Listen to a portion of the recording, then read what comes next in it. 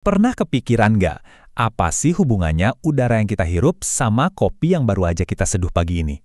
Kelihatannya beda banget kan? Tapi keduanya itu contoh dari sesuatu yang fundamental banget di dunia kita, larutan. Mungkin kedengarannya kayak istilah kimia yang ribet, tapi percaya deh, setelah ini Anda bakal ngelihat larutan di mana-mana.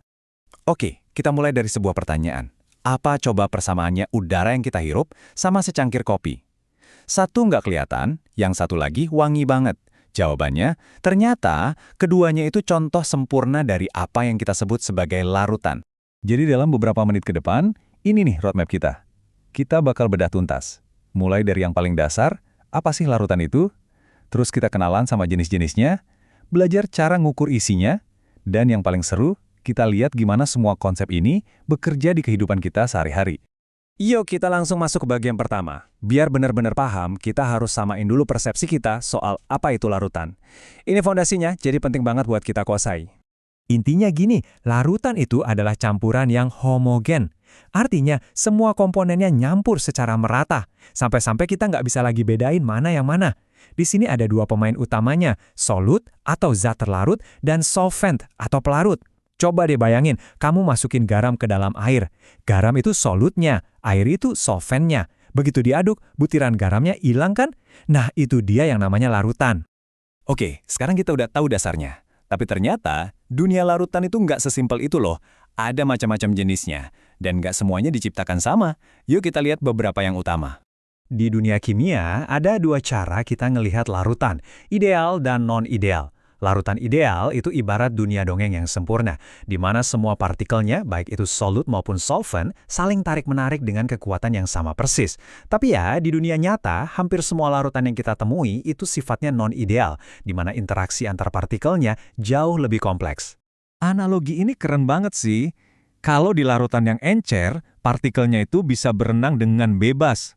Tapi, di larutan yang pekat, kayak sirup kental gitu, partikel-partikelnya itu udah mulai saling senggol, saling tabrak, dan tarik-menarik. Nah, interaksi inilah yang bikin perilakunya jadi beda dari teori ideal. Ada cara lain buat ngebedain larutan yaitu dari seberapa penuh isinya. Gini, pas kamu masih bisa nambahin gula ke teh manis dan gulanya masih larut, itu namanya larutan tak jenuh. Tapi pas kamu terus nambahin gula sampai akhirnya ada sisa yang nggak bisa larut lagi di dasar gelas, nah, teh kamu udah mencapai titik jenuh. Udah kenyang sama gula.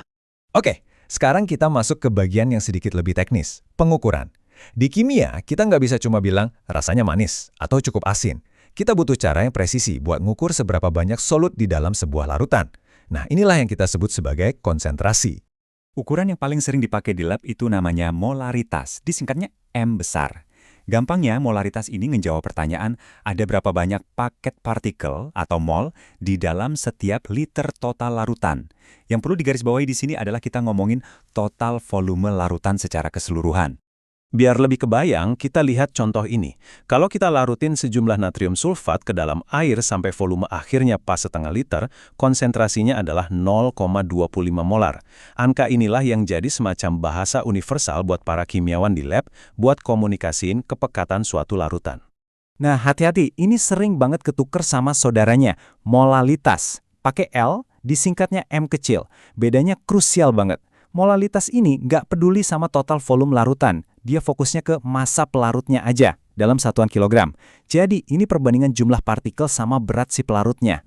Selain dua itu, ada juga ukuran lain kayak fraksi mol, yang intinya ngebandingin jumlah partikel satu komponen sama total semua partikel, dan persen massa.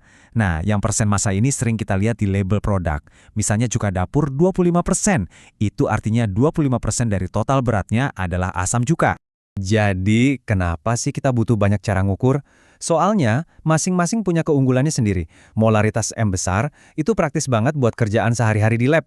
Molaritas M kecil jadi andalan kalau kita main sama suhu yang berubah-ubah. Karena massa kan gak terpengaruh suhu, beda sama volume. Nah, persen massa itu paling pas buat industri karena simple dan gak ribet. Oke, kita udah punya semua alat ukurnya. Sekarang, bagian yang paling seru. Kita bakal lihat gimana semua teori ini benar-benar bekerja di dunia nyata. Disinilah sains ketemu sama realita. Untuk larutan yang ideal, ada aturan mainnya yang namanya hukum Raoult. Gini deh, gampangnya. Bayangin setiap cairan itu punya keinginan buat menguap. Kita sebut itu tekanan uap. Nah, hukum Raoult bilang, makin banyak partikel suatu zat di dalam campuran, makin besar juga kontribusi dia ke keinginan menguap total dari larutan itu. Coba deh perhatiin grafik ini. Garis lurus yang Anda lihat itu nunjukin hubungan yang sangat bisa diprediksi, lurus, rapi, dan gampang ditebak. Nah, ini dia ciri khas larutan yang nurut sama hukum Raoult. Tapi, seperti yang kita bahas tadi, dunia nyata itu jarang banget serapi dan selurus ini. Kebanyakan larutan bakal menyimpang dari garis lurus yang sempurna ini. Terus, apa yang sebenarnya terjadi? Ada dua jenis penyimpangan. Penyimpangan positif itu terjadi pas partikel di dalam campuran itu nggak begitu suka satu sama lain. Jadi mereka lebih gampang kabur jadi uap. Akibatnya, tekanan uapnya lebih tinggi dari prediksi. Sebaliknya, penyimpangan negatif terjadi pas partikel-partikelnya itu saling tarik-menarik dengan kuat. Jadi mereka lebih susah buat menguap. Tekanan uapnya pun jadi lebih rendah. Nah, khusus buat larutan non-ideal yang encer, ada hukum lain yang bisa bantu kita, namanya hukum Henry. Hukum ini kayak versi spesial buat si zat terlarut. Jadi, kalau hukum Raoult tadi ngejelasin perilaku si tuan rumah atau pelarut, nah hukum Henry ini yang ngejelasin perilaku si tamu atau zat terlarutnya. Oke, sebelum kita selesai, mari kita rangkum sebentar. Pertama, larutan itu campuran homogen. Kedua, larutan bisa berperilaku ideal atau non-ideal, tergantung interaksi partikelnya. Ketiga, kita punya berbagai alat ukur konsentrasi kayak molaritas dan molalitas, masing-masing punya kegunaan. Dan terakhir, kita punya aturan main kayak hukum Raoult dan Henry buat memprediksi perilaku mereka. Sebagai penutup, saya mau kasih Anda sebuah tantangan kecil. Lain kali Anda buka kaleng soda dan dengar suara psst. Coba deh inget-inget penjelasan ini. Anda itu sebenarnya lagi nonton hukum Henry beraksi secara langsung. Coba pikirin, hukum fisika mana yang paling pas buat ngejelasin CO2 yang larut di situ? Dan apa yang terjadi sama keseimbangannya begitu tekanannya tiba-tiba berubah? Inilah buktinya kalau kimia larutan ada di setiap desis kehidupan kita.